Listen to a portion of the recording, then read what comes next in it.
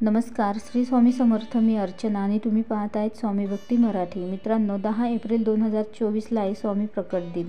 तर स्वामी प्रकट दिनानिमित्त आपण स्वामी प्रकट दिनाच्या आधीपासून म्हणजेच 21 दिवस आधीपासूनच आपण अनेक प्रकारच्या सेवाया करत आहोत. त्यासोबतच स्वामी प्रकट दिनाच्या दिवशीही आपण अनेक सेवाया करणार आहोत. तर स्वामी प्रकट दिनाच्या दिवशी आपल्याला हा एक उपाय करायचा आहे. तर ज्या घरामध्ये मूलबाळ होत नाही, पुत्रप्राप्तीसाठी किंवा नोकरी मिळवण्यासाठी किंवा एखादी व्यक्ती खूप आजारी आहे, तर त्या व्यक्तीसाठीही तुम्ही हा उपाय करू शकता. घरामध्ये वादविवाद होतात, तर या सर्वांसाठी तुम्ही हा उपाय करू शकता. हा उपाय आईने मुलांसाठी केला तरीही चालेल. तर घरातील एखादी व्यक्तीसाठी कोणीही हा उपाय करू शकतं. तर बघा, घरातील एखादा व्यक्ती आजारी असेल तर त्या आजारी व्यक्तीसाठी घरातील कोणीही हा उपाय करू शकतं. तर स्वामींचे सर्वच उपाय आणि सेवा या खूप प्रभावी आहेत, फक्त त्या निर्मळ मनाने करायला हव्यात. तर आपल्याला कोणता उपाय करायचा आहे तर हे आपण या व्हिडिओमध्ये बघणार आहोत. तर व्हिडिओ स्किप न करता संपूर्ण बघा आणि जे कोणी नवीन असेल या चॅनलवरती तर सबस्क्राईब करा. तर स्वामी महाराजांचे वास्तव्य असलेले 2 वृक्ष आहेत. तर या 2 वृक्षांची आपल्याला पूजा करायची आहे या दिवशी.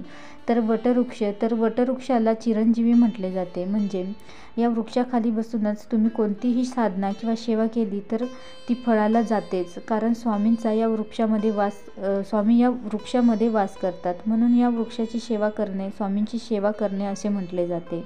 त्यामुळे स्वामी प्रकट दिनापर्यंत आपल्याला ही सेवा करायची आहे, या वृक्षाची सेवा करायची आहे. त्यासोबतच औदुंबराच्या झाडाचीही आपल्याला पूजा करायची आहे. तर या झाडामध्येही स्वामींचा वास आहे आणि त्यामुळेच या 2 पैकी जे झाड तुम्हाला तुमच्या घराच्या जवळपास असेल तर तेथे जाऊन तुम्हाला या वृक्षाची पूजा करायची आहे. तर कमीत कमी 3 दिवस किंवा 7 दिवस तुम्ही ही सेवा करू शकता. तर ज्यांना 7 दिवस ही सेवा करायला जमेल तर त्यांनी नक्कीच 7 दिवस करा आणि ज्यांना नाही जमणार तर त्यांनी 3 दिवस ही सेवा केली तरीही चालेल.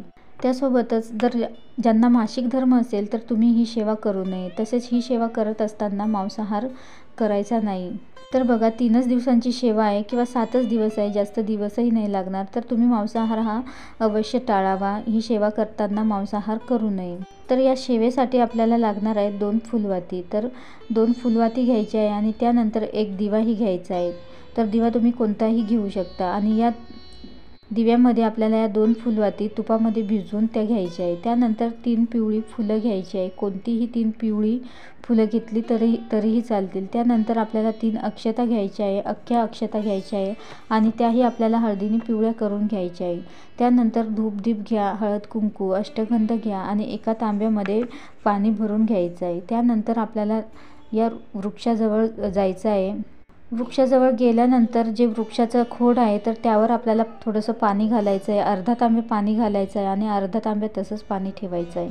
त्यानंतर त्या खोडाला हळद कुंकू व्हायचं आहे, स्वतःलाही हळद कुंकू लावायचं आहे, अक्षता व्हायची आहे आणि त्यानंतर स्वामींसाठी स्वामींच्या नावाने अष्टगंध व्हायचा आहे. त्यानंतर ज्या 3 अक्षता आहे तर त्याही तुमची इच्छा सांगून त्या खोडाला त्या अक्षता व्हायच्या आहे. तुमची जी इच्छा असेल तर ती इच्छा सांगून आपल्याला त्या अक्षता त्या खोडाला व्हायची आहे. आणि तसेच जी 3 फुलं आणलेली आहे तर तीही आपल्याला त्या खोडाला व्हायची आहे. आणि ज्या 2 फुलवाती आहे तर त्याही प्रथम प्रज्वलित करून घ्यायच्या आहे आणि वृक्षाला ओवाळून घ्यायचं आहे. या फुलवातीने वृक्षाला ओवाळून घ्यायचं आहे आणि त्यानंतर दोन्ही हात हे खोडाला लावून त्यावर डोकं ठेवून तुमची जी इच्छा असेल तर ती इच्छा बोलायची आहे आणि थोडा वेळ डोकं त्यावरच ठेवून राहायचं आहे आणि तुमची इच्छाही बोलायची आहे. तर सकारात्मक भावना ठेवायची.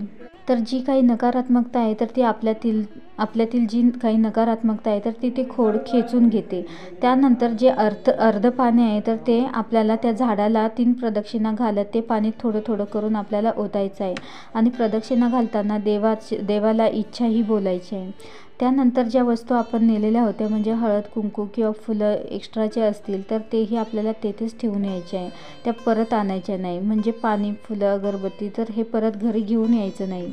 तर अवश्य तुम्ही स्वामी प्रकट दिनाच्या दिवशी ही 3 दिवसांची किंवा 7 दिवसांची ही सेवा करू शकता. अतिशय प्रभावी अशी सेवा आहे. अवश्य तुम्ही तुमच्या जवळपास जर या 2 पैकी कोणतंही झाड असेल तर त्या एका झाडाची तुम्ही अवश्य पूजा करू शकता. व्हिडिओ जर आवडला असेल तर नक्कीच लाईक करा, कमेंट करा, शेअर करा आणि सबस्क्राईब करा. श्री स्वामी समर्थ.